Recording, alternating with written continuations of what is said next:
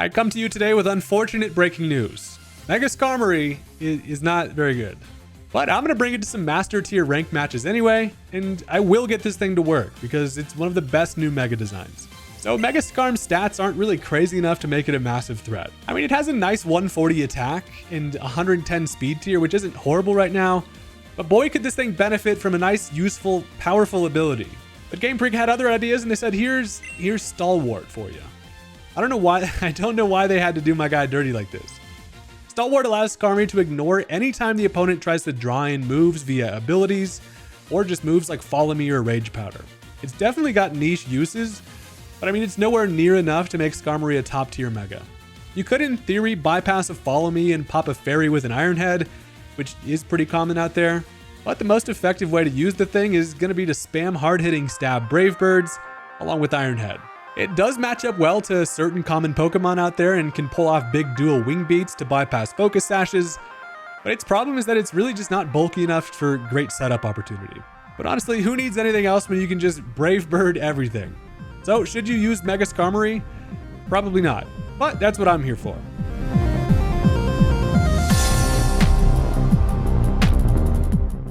Okay, so the reality is the best way to use Mega Skarmory might just be to remove its Mega Stone and just give it a different held item, which is unfortunate because the thing is extremely sick. But today we're gonna be the only Skarmory on the ladder, and I'm gonna get it to do something because it's just such a cool Pokemon. It does have, you know, it's small potential niche, but for the most part, you're kind of, you know, it's just kind of there.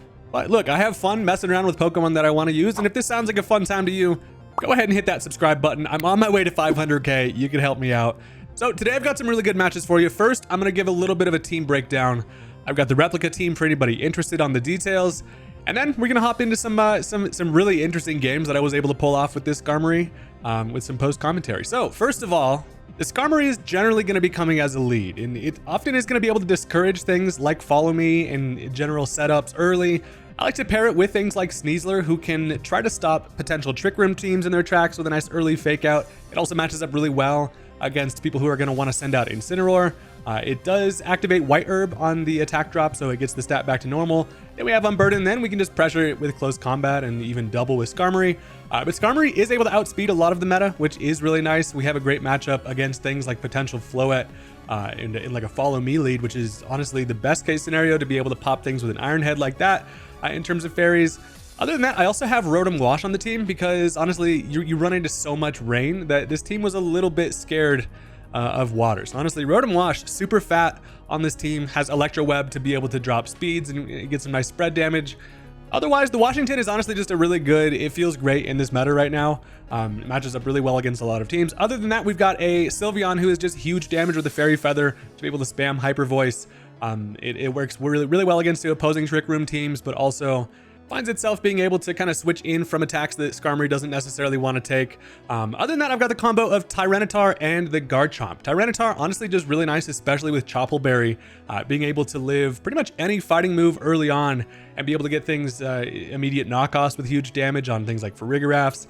Also, obviously, just Rock Slide really nice, but generally, able to set up sand and just switch over weather is super important here. And then I pair that with the Scarf Garchomp. Choice Scarf Garchomp is crazy. Thing's going to be incredibly fast, just hits really hard. Also has a lot of really good synergy with Earthquake here. Pair that with Skarmory, with the Rotom. Everything else pretty much has Protect. You can kind of time things up pretty nicely with that.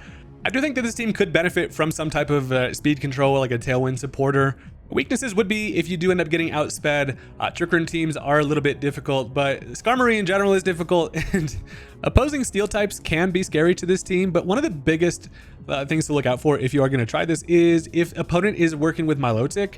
The thing about it is I don't have Thunderbolt on Rotom. That only leads you with Electro Web to click against it, and competitive Milotic is a problem. So, you know, watch out for that. I do think this team is actually way more fun than I kind of thought it was going to be, and Skarmory isn't as bad as people are making it out to be. I mean, it's definitely, it's not great. But anyway, let's go ahead and take a look at our first matchup.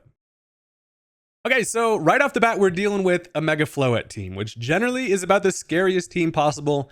It often is going to be paired with a Tailwind Aerodactyl. Other than that, they have just kind of some top meta threats. Now, first of all, I was excited to see Mega Floette, but it's not paired with any Follow Me. So, you know, Stalwart probably not gonna be super likely. However, Mega Skarmory looks nice here. Main things to worry about, I have to bring the Garchomp as an answer just to be able to take a Thunderbolt from the Rotom Wash. And I'm also going to bring Sylveon for that reason. I honestly, Rotom Wash does a lot to the team here, and so Sylveon can at least tank an attack and get some big Fairy Feather damage against it. Other things, I'm going to just lead off with the Skarmory and the Sneasler. If they want to go Incineroar lead, that's fine. Again, that's not a matchup that I'm super afraid of, just being White Herb. And then I can even get Unburden active and then just immediately be the fastest thing on the field, regardless of what they want to click. So with that, let's just go ahead and jump in and see how this one goes. All right, so my guy is aware of the Rotom Wash supremacy. They're going to go Rotom along with the Aerodactyl. I've got the Sneasler with the Skarmory here. And this isn't a horrible turn one for me. I don't know exactly what this Aerodactyl wants to do. It could do a Wing Beat right into the Sneasler slot, which would be, you know, not super great. However, what my plan is, I'm going to go ahead, pop a Mega. Immediately, I'm thinking I can probably get some big damage with an Iron Head.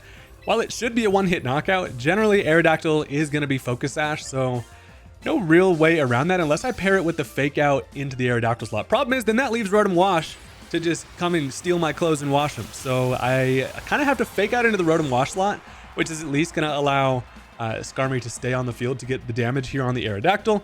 And this should be fine. I do get the Fake Out off, no Protect from the Rotom. We also get some, honestly, some pretty nice chip. So the Aerodactyl is, as expected, just going to click a Tailwind, which is fine. They're going to be very fast over there. Now I've kind of got to manage some speed, and it's not going to be super easy. At least as I do get the old Iron Forehead off, that's going to knock him down to Sash, which is great. But again, Sash kind of annoying here. Now, at this point, I'm kind of at a spot where I can't really afford to leave in Skarmory. But the reason why we bring Garchomp to this match is because now I basically switch this thing in to the expected kind of Volt Switch or T-Bolts.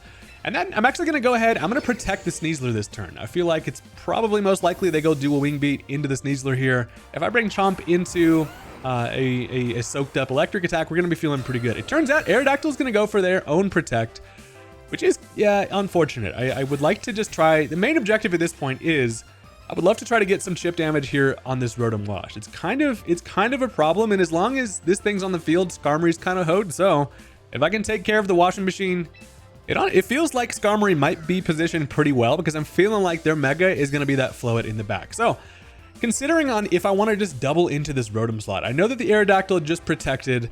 I feel like my optimal play is to just go ahead, click the Rock Slide. Unfortunately, even though I'm Scarf, Aerodactyl is going to be faster.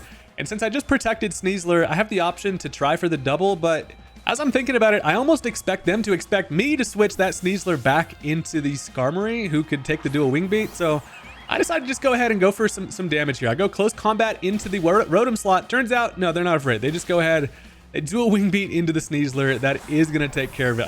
I should have for sure swapped Skarmory there. A bit of a misplay on my end, but it's fine. I am at least going to be able to get this Rock Slide off, hoping for no miss.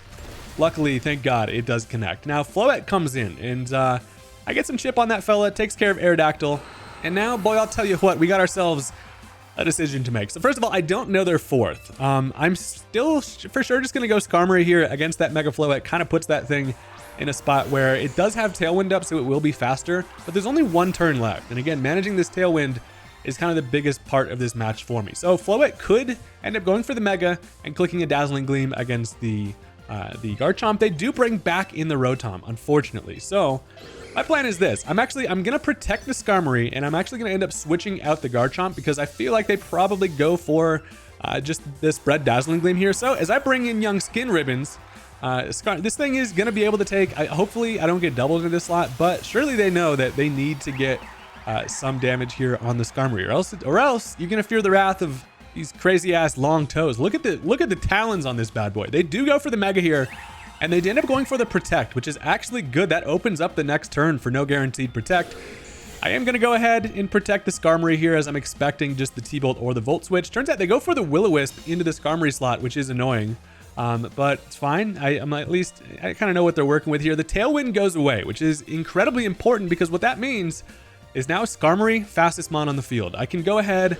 Plan is to Moonblast and get as much damage as possible into this Rotom slot. Again, I still need some chip on this fat fella. And so that's kind of the idea. With no Tailwind, I'm going to now be free to click an Iron Head into this Floette spot. But I'm expecting a switch into, honestly, I'm feeling like Incineroar is probably in the back. So instead of going for the Iron Head play, I actually click a Brave Bird. Reason why I do that is because Brave Bird actually knocks it out anyway, but Look at this shit. Get a load of this guy. They go, the Rotom Wash outspeeds. They land a Will-O-Wisp, and I am incredibly confused. I'm not gonna lie. I now get off my Brave Bird. That's gonna go ahead, knock the thing down to 40. Should have clicked Iron Head, expected the switch, but the biggest confusion is that the only reason that Rotom was able to outspeed, that means it's Choice Scarf with the Will-O-Wisp, and that is interesting and good to know. Kind of worked out for him in this situation. As they get up a Combine there with the Floette, things getting spooky over there. But a Moonblast comes through, fully expected a knockout. It doesn't. Not only is this thing fast, it's also fat. And boy, am I already upset at this washing machine. But the good part about this is, since we saw this thing is scarfed into Will-O-Wisp, it's not a threat to Skarmory at the moment. So what I can do is, I can Hyper Voice. I'm thinking for sure they switch. I'm going to Hyper Voice and just pair that with an Iron Head into the Floette. I'm honestly expecting maybe just another Protect here, but Floette ain't nothing without its Tailwind. So actually, the scariest mon in the game, not that scary when you're Mega Skarmory. So as I go for the Hyper Voice, they end up switching. Their final mon is going to actually be the Garchomp. So hey, that's pretty good. This is why we bring the Sylveon here. Iron Head gets protected, which is fine. But now we get a big ass Hyper Voice right into this Garchomp slot. They're pretty much forced to switch into this Chomp here because of the fact that Rotom can't, stay in the game as locked into Will-O-Wisp. It does take care of the Chomp. And now, while we find ourselves, honestly in a random ass spot where their final mon gonna be that Rotom Wash, and it's like I need this Skarmory to just outspeed and finish off the Floette. But with the Rotom having the Choice Scarf back there, we know it's gonna be faster. They're no longer stuck into Will-O-Wisp, so they can go ahead, click a Thunderbolt. I'm expecting, but Sylveon honestly is kind of the unsuspecting goat over here. I can go ahead. I'm going to click a Hyper Voice just to knock out the Rotom here. It's not going to do much to the Floette, especially with a Combine. This thing's special defense is batshit crazy. I'm not going to lie. This flower with this cannon flower guy, buddy's diabolical. Anyway, rather than switching into the Chomp right away, I'm actually going to protect with the Skarmory here. They know that I have the Garchomp in the back, so they might be reluctant to click T-Bolt. So I'm thinking maybe a Hydro Pump. Nope, they just go for the Volt Switch. That is fine. Floette does come through with a Dazzling Gleam, but even at +1, his mind is calm. But you know who's calmer? This Sylveon, baby. Skin Ribbons is able to eat that. I think fire off a Hyper Voice that takes care of the Rotom. Almost ends up finishing off the Floette, which is satisfying. And now we've got you right where I want you. As soon as that washing machine is done, the stains remain in the clothes, and now Skarmory gonna be the fastest mon on the field. All I need to do is just click an Iron Head into that slot. Sylveon is here for the support, and that's gonna be able to take care of the Floette, and that's gonna be able to finish the game. Look at Skarmory just remaining in the match and even grabbing the final kill, and against a team that this thing is kind of built to counter at least a little bit. So that was an interesting one where I really had to manage things again. Crazy Choice Scarf Rotom Wash with Will-O-Wisp was some nonsense that I did not expect, but kind of it's what I'm here for. So that is going to be the end of the game on that one, but it's going to bring us into the next match because look, I've got a fun-filled day of random ass Skarmory shenanigans here for you. So I'm not gonna lie, taking this team into Master Ball tier ranked matches is kind of scary. I guess the one thing it does have going for it is the element of surprise. Nobody really knows what this thing's gonna do, and so I guess there is that. Now, as we're going up against this next matchup here, obvious rain, right? We see some rain. There's a Mega Meganium for sure. Our Chaladon is kind of a problem. Honestly, just generally steel types against my team are a problem. You really need to maintain Sneasler, and then potentially Garchomp's going to need to lock itself into Earthquake a lot of the time. So I do have trouble with steel types. I think that is a weakness to the squad. But I'm going to lead off with the same two OGs. We got the Sneasler with the Skarmory here. I'm also going to throw on Tyranitar because of the fact that we see obvious rain. And then Scarf Garchomp can get some unexpected outspeeds, but also just kind of my secondary answer to things like that are Chaladon. So this is going to be an interesting match against honestly a pretty scary team, especially because, you know, Meganium can just weather ball the hell out of my bird if it gets a Tailwind support. So let's go ahead and let's get ourselves into it. Okay, so this is a game that I think showcases kind of the range and the general idea of the team. So as they end up leading off with the Scary Rain combo, we got the Basculegion paired with the Drizzle on the Pelipper, and it's way more wet out here than I would like. So thing about it is, main worry is that honestly, in general, Basculegion's an asshole right now. This thing is incredibly scary. You cannot fake out on this turn onto that. So I'm feeling like the scariest option for them to click is something like just a flat out Swift Swim, fast as hell rain boosted Wave Crash, and then potentially double into something like honestly either. I'm feeling like I obviously want to protect the Skarmory because this is my guy, but The thing about it is I don't have Rotom Wash to be able to really have a great answer to this Pelipper. So the plan is, first of all, I'm going to do a Wing Bait into this Pelipper slot, get it into easy 2-hit KO range, and then I decide to swap Sneasler right into the Tyranitar. I'm going to turn off the rain to start things off here. If they want to Wave Crash, that's fine. I at least kind of put the Pelipper on a little bit of pressure, and I feel like at least Skarmory is safe. We're going up against something that I know I'm probably not going to get doubled here. And we should be fine. If they Weather Ball, it'd be perfect if it now turns into just a rock move. But they actually Psychic Fangs with the Basculegion into the Tyranitar slot. I would love to say I predicted that, but I did not. It ends up working out pretty nicely, though, because now as the dual Wing Beat comes through, that's going to get some big damage there onto the Pelipper, which is always nice. Unfortunately, Pelipper does get up to Tailwind, so now Basculegion's still going to be the fastest mon on the field, and Tyranitar is in a little bit of danger. But also, the Legion's kind of in danger too. If they want to just go ahead, they know that Pelipper isn't safe. And for that reason, I'm actually just going to go ahead and target into this Basculegion slot with the Brave Bird. Again, I mentioned earlier, I didn't bring Rotom Wash, and that's because while it matches up well against Rain, it does not match up well against freaking Meganium. So I couldn't really afford to bring that this time. But plan is to Rock Slide to guarantee if the Pelipper stays in, if they don't Wide Guard, they will get popped with that. And a Brave Bird's going to do a ton. Pair that with the Rock Slide damage is going to knock out the Basculegion. But they do, of course, have Chester Cheeto's big ass. They go into the Incineroar. They're actually going to end up double switching, which was kind of expected because of the fact that they want to be able to bring back in Pelipper to get up the rain. But I would have loved to have clicked Brave Bird. It's honestly ballsy that they switched the Meganium into the slot that they knew had a pretty good chance that I was going to just finish it off the same way I did the Pelipper with the dual Wing Beat. But the Rock Slide comes through, does miss the Incineroar because of course it does. And Meganium honestly gets in pretty scot-free. It takes a little bit of damage, but now with the Tailwind still up, I find myself managing Tailwind turns and I am frightened. But I at least know that I have a kind of a free turn to go for a Protect here. I'm honestly considering the double Protect. I'm looking at it like, I don't know what the Incineroar wants to fake out. But I instead decide to go for an Earthquake here. Now, I'm not going to do much to the Meganium, but I'm not necessarily super afraid of the Meganium. As soon as this Tailwind is gone, I have the Scarf Garchomp even that can just outspeed anyway in the back with an Iron Head. So I decided to go for an Earthquake. Reason for this is because I know that, first of all, Meganium is going to try to Weather Ball into this Skarmory slot. I imagine it's not going to Solar Beam into the Tyranitar. So an Earthquake is here to essentially get as much damage as possible, guaranteed, against this Incineroar as well. So it actually works out nicely. Skarmory is going to get the Protect to work against both the Fake Out and the Weather Ball. Earthquake comes through, puts the Incineroar into easy range, except of course it's freaking lunchtime for Fat Ass. He's going to have the Citrus Berry.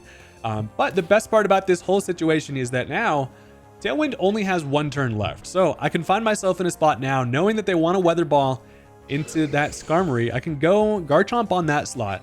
Tyranitar still in danger of potentially being Solar Beamed. Again, there is still that one Tailwind turn left, and I got to try to manage this as good as possible. So I figure best way to just guarantee that Tyranitar doesn't go down. I do want to kind of conserve this T-Tar. Knowing that their final other two mons in the back being the Pelipper with the Basculegion, having Sand to come back in later is going to be super nice, especially if I can rid the field of these two. And I can just guarantee that I win the Weather War in setting my Sand up and getting rid of their rain if they have nothing else to switch. So I do go into the Chomp here. I'm really hoping for no Dazzling Gleam or something, but I go for the Protect just to guarantee T-Tar is safe. And they do actually end up Solar Beaming here. I'm like, that's into Tyranitar, right? It's got to be. It is. Luckily, the Protects are working out nicely for us. They do Flare Blitz into the Garchomp slot. This is perfect.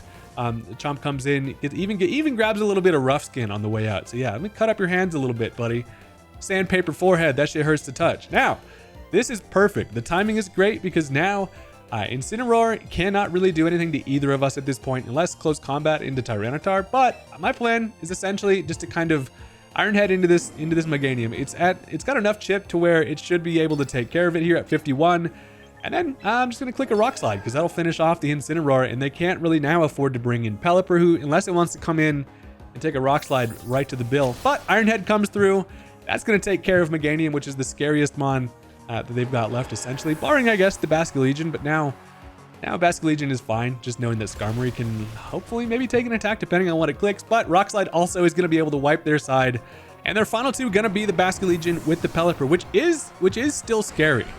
The downfall to Scarf Garchomp is that I am locked into Iron Head, and that's not ideal against either of those. And I find myself with kind of a spot where I'm like, okay, I'm feeling kind of safe, but this still could go bad. So With Pelipper being able to set back up the Drizzle, I do want to switch out Tyranitar for sure. I'm thinking if I could bring in Skarmory into this slot safely, that's going to kind of be my best way to potentially bring back in T-Tar. And again, if I bring it back in, the rain is just gone for the remainder of the game. So the whole awkward part about this is that Garchomp is kind of just stuck in here. I don't want to go Sneasler because I don't want to just get knocked out. With that, it actually would probably be fine, but I decided to actually just go ahead. I'm going to stay in and just Iron Head into that Basculegion slot. It's not going to do anything, but Garchomp remaining on the field is fine as long as I can get T-Tar back in. I go Excalibur because, you know, kind of just thick. They actually end up clicking Wide Guard, which means that they're unaware that I am Choice Scarf on the Chomp, and we're probably expecting the Rock Slide from something, but Iron Head comes through. It does outspeed, so it's not Swift Swim, going to be adaptability, which is good to know. But as they Last Respects into this Chomp spot, that just takes care of it. I really wish that Last Respects made physical contact. Doesn't even activate Rough Skin, which is annoying, but I've got the good duo out here, as now I'm able to bring back in Tyranitar, say hopefully you enjoyed your rain for that one turn. T-Tar switches it back over to Sand, and now I need to take care of this Basculegion. This thing, Tyranitar is kind of my best way to do that. I can click a knockoff. If they want to double into T-Tar, then that leaves Skarmory open to finish off the Pelipper. So I'm going to knock off into that Basculegion slot. One thing I'm unaware of at this point, though, is that if this Basculegion Scarf, it will be faster than Skarmory. In a Last Respects, probably finishes me off there, considering they have the two Fainted Mons sitting at 150 base power. Basculegion is way too strong for this format right now. I'm not going to lie, but if they do focus into that Skarmory, then Tyranitar will be faster than the Pelipper, and I can kill it with a knockoff. So they do go for the Last Respects. Unfortunately, that is going to take care of Skarmory. So, you know, would have loved to have maintained my original defense not being Mega there. But the funniest part is, the only thing this Pelipper can do, and actually, sorry, it is faster than the Tyranitar, only thing it can do is click Weather Ball, and without its rain, that's just a Rock-type Weather Ball. It opens up the door for the knockoff to come through on the Basculegion. That is going to be a dead-ass fish. Sometimes you got to kill the fish twice, but he's already a Ghost type, but now he double dead. Does knock off the Scarf. And at this point, all I need to do is essentially just go Sneasler. Final Mon here. I can pair a Fake Out in just pretty much whatever against the Pelipper. They are going to head out. That was an interesting matchup there. The control over the weather seemed like kind of the biggest thing to me, but it also goes to show, you know, this team can work. We got a little bit of motion on the squad, and that's now going to bring us into the next game here.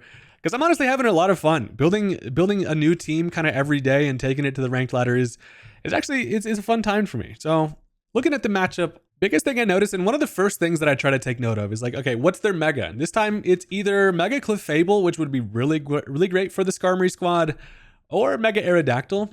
There are still some scary things like the Rotom Wash. We know that this team does not deal super well with opposing Rotom Wash. So for that reason, I'm going to bring Sylveon, who can take attacks from that. And then I'm going to pair that with my own Rotom Wash, just because it is a great answer against their Aerodactyl. I can also Wisp on the King Gambit slot, but they've just got some again, common scary things like their own Sneasler. Incineroar's annoying, just for Skarmory mostly. But let's jump into it because this is a fun one. Okay, so it appears the streets are noticing that I have an allergy to laundry detergent. They do lead off with the Rotom Wash here with the King Gambit. This is actually kind of fine. Obviously Skarmory in danger to this Rotom Wash, but I'm thinking to myself, what is kind of my best way around this? Now, Skarmory does not care about the Gambit.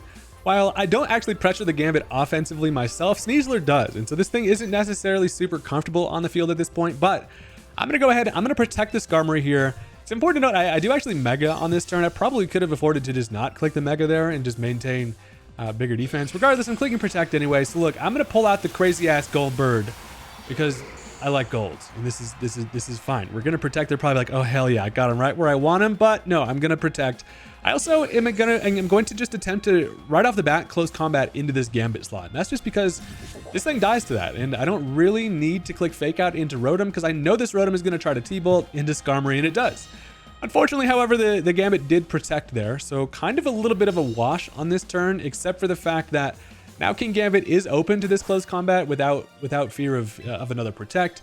However, Skarmory is not safe, and the thing about it is I just need Chip on this Rotom before I can safely bring back in Skarmory. Once this Rotom's gone, honestly, Skarmory looks really good in this matchup, barring potentially like Incineroar. But what I'm going to do now is I'm actually going to swap Skarmory into the Sylveon. That's because I know I can take a T-Bolt Plus, I don't have to worry about an Iron Head into Sylveon because they're not going to Iron Head into this Skarmory slot. So we got an interesting turn here where I'm for sure just going to close combat into this Gambit. If I can just remove things that Skarmory does not deal with, well, then we're going to have a nice Skarm time. So the Sylveon doesn't feel like it comes a whole lot of games, except for the fact that when I'm going up against Rotom Washes, it's kind of that or the Garchomp. This time, they actually Sucker Punch into the Skarmory slot, which is best case scenario. I guess it doesn't really matter. The T-Bolt does come through. We eat that up because we're especially defensive as Skin Ribbons. And with one of the most satisfying things you can do ever, we get the close combat one-hit knockout there on the Gambit. Now, the interesting aspect of this is that since I go for the CC, dropping my own defenses is going to activate my White Herb. And while we get the benefit of, negating the defensive drops, that leaves me open to, having to just maintain the Intimidate from a potential Incineroar, which I feel like they probably have in the back at this point. Now, on the Revenge switching, it kind of just all depends on what their remaining guys are going to be. Now, Rotom Wash, I'm going to still have to prioritize getting some chip on. It does turn out to bring in the Sneasler. So, Sylveon not necessarily super safe here. And for that reason, I'm actually just going to protect. If I can draw in either the Fake Out onto this Sylveon slot, or just if they want to straight up Dire Claw that would be fine because I'm going to leave this Sneasler alone. The thing about it is Skarmory deals with the Sneasler. So if I protect the Sylveon here, I can basically guarantee that Dire Claw comes through onto their Rotom. And that is the exact damage we needed. That's going to make this thing way easier to deal with. And as they actually T-Bolt into the Sneasler slot, that means that since we didn't see a Fake Out here, they're probably trying to Dire Claw into the Skin Ribbons. They do. Sylveon works out perfectly with the Protect there. And at this point, I'm pretty much free to bring back in Skarmory. And that's just because they're not going to Thunderbolt into this Sylveon slot because of the fact that they're going to be dead before they get that shit off, because I'm just going to click Close Combat into the Rotom. The reason why I don't Dire Claw here is just in case they want to go Incineroar. A Close Combat, super effective stab hit, going to do way more than a Dire Claw would. So turns out they actually just stay in. The Close Combat comes through, able to take care of the Rotom, and bringing in the Skarmory here on a potential Dire Claw would be very satisfying with the Skarmory. And they do. They Dire Claw. They no longer Fairy type here, buddy. We got the Skarmory in for free, and we're very threatening against that Sneasler. So it all kind of depends on what their final mana is going to be. Again, I'm expecting something like the Incineroar to come in and be able to Fake Out, in which case I would have Protect. It turns out it's going to be Clefable. And this is a fun one because it's like it has the opportunity to click Follow Me, but we found ourselves in a spot where, Stalwart is going to allow me to guarantee that I can do a Wing Beat into the Sneasler. I need to do a Wing Beat here because I know this thing's probably Focus Sash. I also just Dire Claw into the Clefable, which does not quite knock it out, but it actually puts him to sleep. So, sometimes the old knockout punch comes through. They do Close Combat into the Skarmory, but we do still have enough bulk to be able to take that. They're probably excited about the fact that Focus Sash is going to save him here, but nope, do a Wing Beat, baby. Multi-hit attacks, super clutch against the Sneasler that if you don't see something like a White Herb, it's probably going to be Sash. That's going to be able to finish off the Sneasler. And now we got the 2v1 against the chewed piece of bubblegum who is asleep. In a horrible time to be taking a nap. Honestly, Dire Claw is hilarious that it could just put you to sleep. They are going to head out there. Satisfying kind of team synergy there, at least with the Skarmory. And that was a quick but interesting one. So hell yeah. Now I am a mild Skarmory believer. It would have been really satisfying had we been able to get the dual Wing Beat through onto that Sneasler if they clicked the Follow Me. But it's fine. That's gonna bring us into our next game against a team that honestly has me frightened.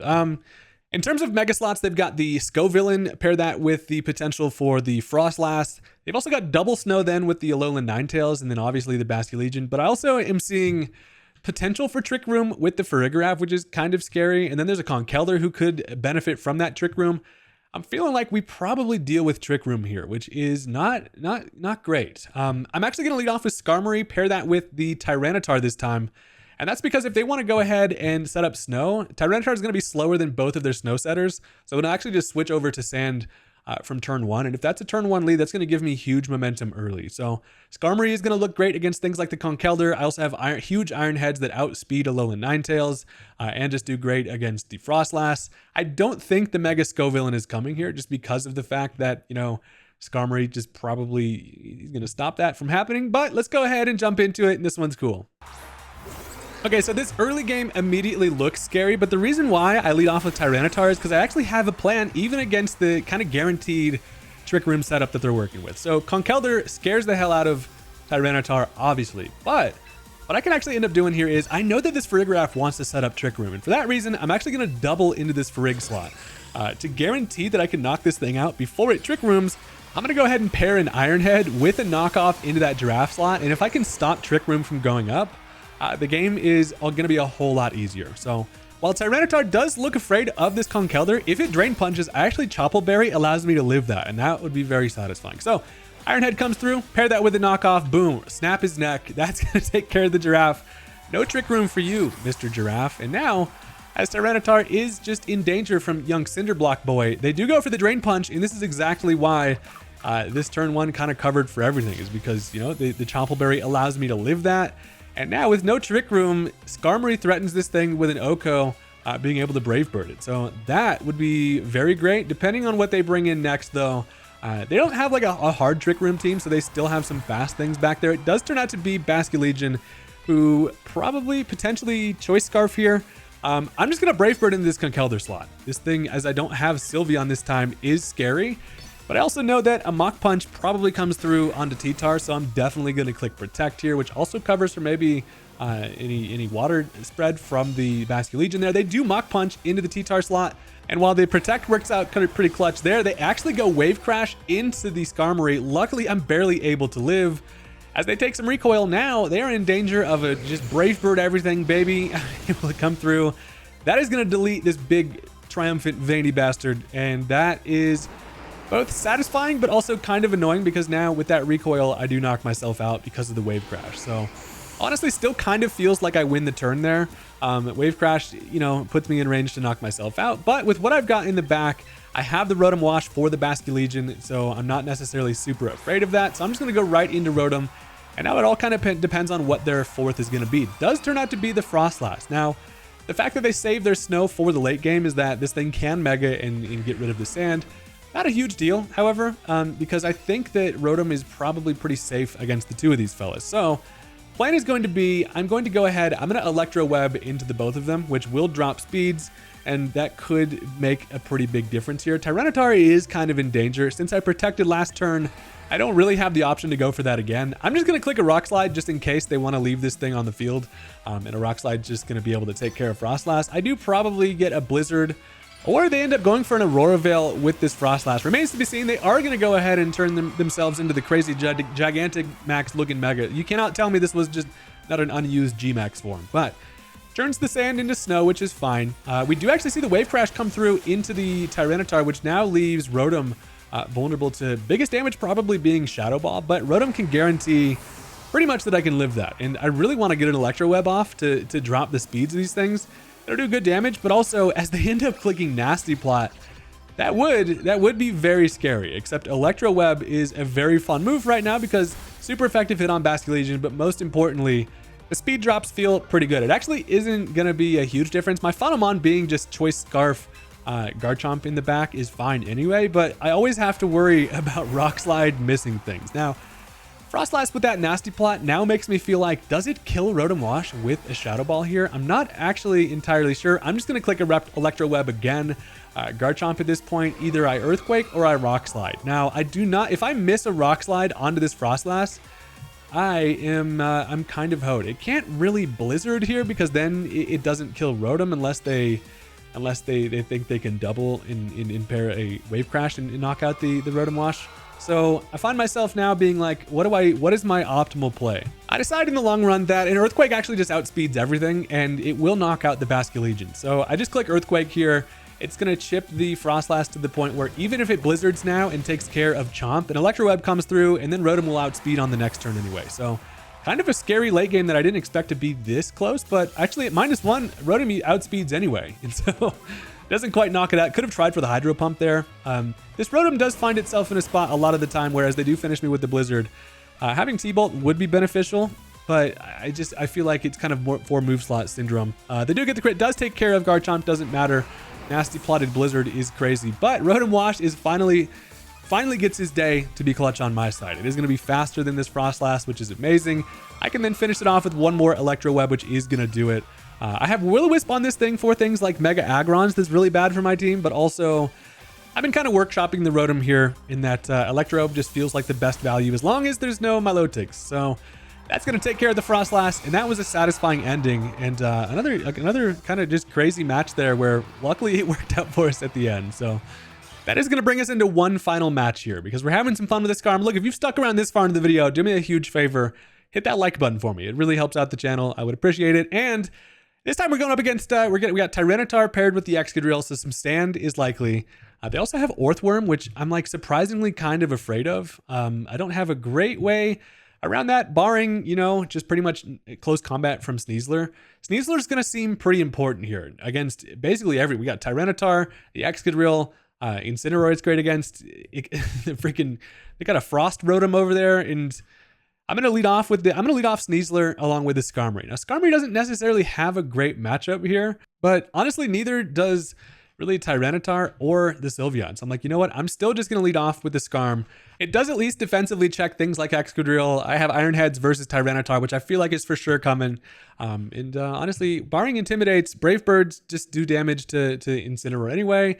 And also, you know, Primarina potentially is coming here, but I'm also throwing in the back. I'm going Rotom Wash along with the Garchomp. Rotom is great for things like stopping Excadrill from just earthquaking everywhere, especially since we see that Orthworm who wants to be on the receiving end of an earthquake. So let's jump into it.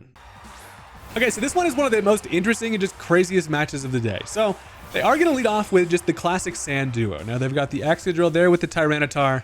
This is kind of fine. This is what I expected. One thing I'm considering early on is, do I go for a fake out here? I'm feeling like one of these things, Tyranitar might go for a Protect, Excadrill probably gonna Earthquake to try to finish off the Sneasler. I'm not Focus Sash. Now people don't know that, but I'm kind of afraid of losing Sneasler early. It's just a safe guy to keep around. So Skarmory, on the other hand, is just gonna go ahead and Mega and Iron Head into the T-Tar slot. It's going to be able to 2-hit KO the thing, at least I think. And Skarmory, for the most part, is kind of just safe here. So I do end up switching out Sneasler. I'm going to go right into Rotom Wash because I'm thinking an Earthquake is happening here. And again, the plan remains the same. Just click a nice little speedy Iron Head. Excadrill is something I do really need to play around with. I know that it's not going to be Mold Breaker to avoid my Earthquake because the fact that it's on a Sand team, it's definitely going to be just running max full speed with a Sand Rush. So we go ahead, we bust out the gold ass Mega. It turns out it is going to be Mega Tyranitar, which is kind of fine. I do need to address this thing kind of early to get some chip on it to make my life easier in the long run, but I have Sneasler, I've got Rotom Wash with Hydro Pumps, so T-Tar unfortunately is going to Protect, which means that this Excadrill for sure clicks an Earthquake here. Actually, the funniest part is, yeah, they really wanted to focus that Sneasler, but I got a couple of fellas who are in the air. So we are not, my toes are nearly touching the ground with Skarmory, but we're not quite. And an Iron Head gets protected there. So that's actually kind of a free turn one because Rotom Wash, I'm realizing immediately, is this thing is just huge value in this matchup. So I need to make sure this damn thing is safe. So the plan initially is going to be, I'm going to go ahead, I'm going to Hydro Pump into T-Tar slot. Knowing that it protected last turn, I can hope maybe that the Drill wants to protect and I can double into the Tyranitar, but yeah, no, he realizes he's in danger. So they instead are going to switch into the Incineroar, which I'm feeling like this is actually still fine. Intimidate hurts the Skarmory, but as this thing Rock Slides, I'm like, first of all, please no flinch. If I get a Hydro Pump off on this Incineroar, I'm going to feel so good. Skarmory flinches and Rotom Wash, we double flinch. Literally, what the hell? Nothing worse than when you have a Hydro Pump loaded into an Incineroar switch in, but then you flinch. So you hate to see it, except this matchup is still fine. Now I'm going to protect Rotom because I know that, you know, a fake out feels likely into the slot. They probably want to remove this Rotom, knowing it's the best defensive check to their kind of entire strategy. Skarmory Intimidated doesn't really provide me too much value here. So for that reason, I decided to switch right into Garchomp. If they want to fake out into this slot, they'll take a little bit of rough skin. It's fine. But also Scarf Garchomp's going to come in. And I really like having Garchomp on this matchup as long as I'm not intimidated by this Incineroar. But as they do fake out into the washing machine slot, that is perfect. They also just click a Rock Slide, which is fine when you're Garchomp. In this Excadrill, he's trying his little best over there, but he's just not able to get great damage. Luckily, can't flinch on a switch in, so hell yeah on that part. But the Rotom Wash synergy in the Garchomp is perfect in this exact situation because now I'm pretty much free to click a big boy Earthquake. In the back of my mind, I'm imagining maybe they can switch in Earthworm or even just their Frost Rotom, whatever their final mon is going to be in the back. But I'm absolutely clicking Earthquake here because regardless of what happens, something is about to take some big damage. And I'm just, it feels kind of free. So I'm also going to Hydro Pump into that Incineroar slot. Earthquake probably not going to be able to finish it off, but the Hydro Pump will. So Excadrill, as expected, does go ahead and protect, which is fine. Earthquake does come through. Fastest mon being the Scarf Chomp here. I'm like, okay, maybe Earthquake even is just going to be enough on this Incineroar. Doesn't really make a difference because I still have a Hydro Pump. It is going to be Shuca Berry, though, which does allow it to live this. But since we predicted the Protect from the Excadrill, as long as this Hydro Pump doesn't miss, we're fine. It does connect. Thank God. That's going to take care of Incineroar. Skarmory's looking a whole lot more useful now in the back, not having to worry about Incineroar. So that is super nice, being able to take care of this. And also, this Excadrill is just basically just chilling over there, kind of just bouncing around, vibing in the sand. Now, the whole situation is I'm concerned about what their final slot is going to be. Our Garchomp is still pretty much free to click Earthquake. It does turn out to be Primarina. Initially, I don't know how to feel about this, but I think it's actually fine. Now, you will note I do have T-Bolt on the Rotom on this matchup rather than Will-O-Wisp. But here's the plan. I'm going to Hydro Pump into Excadrill. I'm thinking that the Excadrill is probably Focus Sash, but they don't really have anything free to switch in on that slot anyway, knowing that the final mon in the back being Tyranitar. I am going to end up switching out the Chomp because I don't provide a whole lot of value here unless I doubled into the Primarina slot, which actually may, in hindsight, have been the optimal play because just kind of thinking about what's the biggest threat here. Now, they go for the Rock Slide, flinches the damn Rotom, which is wildly unfortunate. Hyper Voice comes through. Is not going to quite be able to finish off Skarmory, but the Sandstorm goes away, and that's actually really important because without Sandrush active, Skarmory's now the fastest mon on the field, and I'm just going to go ahead, I'm going to Hydro Pump into that Drill slot, and I'm going to actually, considering Protect, I end up going ahead, and I figure my best bet is probably just Brave Bird into this Primarina slot, because literally, bucket click Brave Bird when you're using Skarmory. I'm going to knock myself out with Recoil, but barring a Protect, it's going to do some big damage and might even grab a knockout. Now, they do switch out the Excadrill. They're going to go back into Tyranitar, who is going to come in and take a Hydro Pump, hopefully. So that would be nice. Now, the Brave Bird does come through, and that is going to delete Primarina. Now, I do end up getting a critical hit. Did that matter? It all kind of depends on how that thing was built. If it's max HP, which it probably was, I think the crit matters. But moral of the story is we will take it. And also, I now have a Hydro Pump on this switch in Tyranitar, but it misses. So, that is a downfall when it comes to Rotom Wash. Your only water stab being Hydro Pump is either good or bad. This time, it feels kind of bad. So I have a differential here on, they only have the Excadrill left. So I'm thinking about what's my best switch in. I have the Sneasler who can deal with the Tyranitar. It's important to note, if Sneasler had Unburden active, I can actually outspeed both of these fellas, even the Sand Rush Excadrill. But I decided to just go Garchomp because I don't think there's anything they can really do to double into Garchomp here, maybe to get a knockout if they pair it with like an Earthquake and a big knockoff or something, but Scarf Chomp, just going to click an Earthquake here. I decided also with Rotom, I'm going to Protect. They definitely want this thing gone, so a Protect just kind of feels free here. Turns out Excadrill is also going to Protect, which is fine. I'm feeling like Garchomp just lives a knockoff from this T-Tar anyway. And then I get some big damage with an Earthquake, not sure exactly how much, but we do get it off. Unfortunately, Excadrill does survive, but big Earthquake to be able to chip down this T-Tar is super useful. Plus, I'm feeling like I'm safe here, right? I do above half. Now, it turns out I'm not nearly as safe as I once thought because they do have Ice Punch coverage. That is going to take care of the Garchomp, and that was diabolical. Did honestly not expect.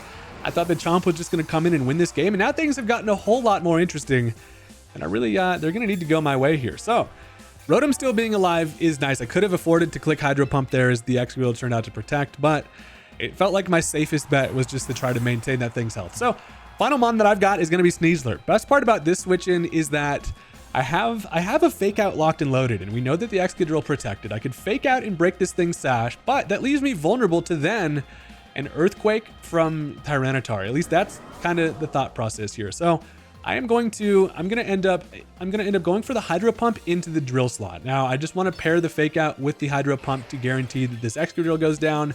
And then I can win the matchup with Rotom Wash versus the Tyranitar if Sneasler goes down to an Earthquake here. So it turns out Tyranitar is going to protect this turn, and that's actually perfect because now no protect from the Excadrill. I get the Fake Out. I break a sash potentially. And then Hydro Pump should be able to finish the job. I'm like, this is nice. Nope, it misses again. So We are 1 for 3 on Hydro Pumps. Rotom Wash is both the MVP and the least valuable player for this matchup because, damn it, that Hydro Pump would have been super nice. But bad part is I don't have Unburden active. We know that the Excadrill is faster than the Sneasler here, so I find myself being like, there is something I can at least do here. That's going to be... The interesting aspect is Tyranitar protected last turn. The only way that this drill can kill my Sneasler is if they Earthquake. Now, that's going to leave their Tyranitar vulnerable to taking an Earthquake. At least I think that's what's going to happen here. Now, I just Hydro Pump into the Tyranitar slot just in case. It'll redirect into Excadrill if that thing goes down. But also, I'm just going to protect Sneasler. I have the Protect here, which is super free on this turn, and just guarantees that we kind of just get to see what happens here. So, Tyranitar tries for the double Protect. It fails, which means, you guessed it, they do click Earthquake, and that the only thing this Earthquake is going to do is knock out their own Tyranitar, which is diabolical. That was incredibly satisfying here. That takes care of the T-Tar, and that essentially is going to be the game. Because again, only thing Drill can really do is Earthquake, but we connect on the Hydro Pump. Thank God we don't miss that one. That is going to be a dead mole, and that is going to be the end of the game. Super interesting match to round things out here. The Sand teams are not a great matchup for the squad, but it's still doable. Anyway, that was just a fun kind of session with a pretty unoptimal mega slot, but you know, sometimes we're just out here mostly messing around. So I appreciate you guys if you stuck around this far into the video, watching until the end, and I will catch you next time. Peace the hell out.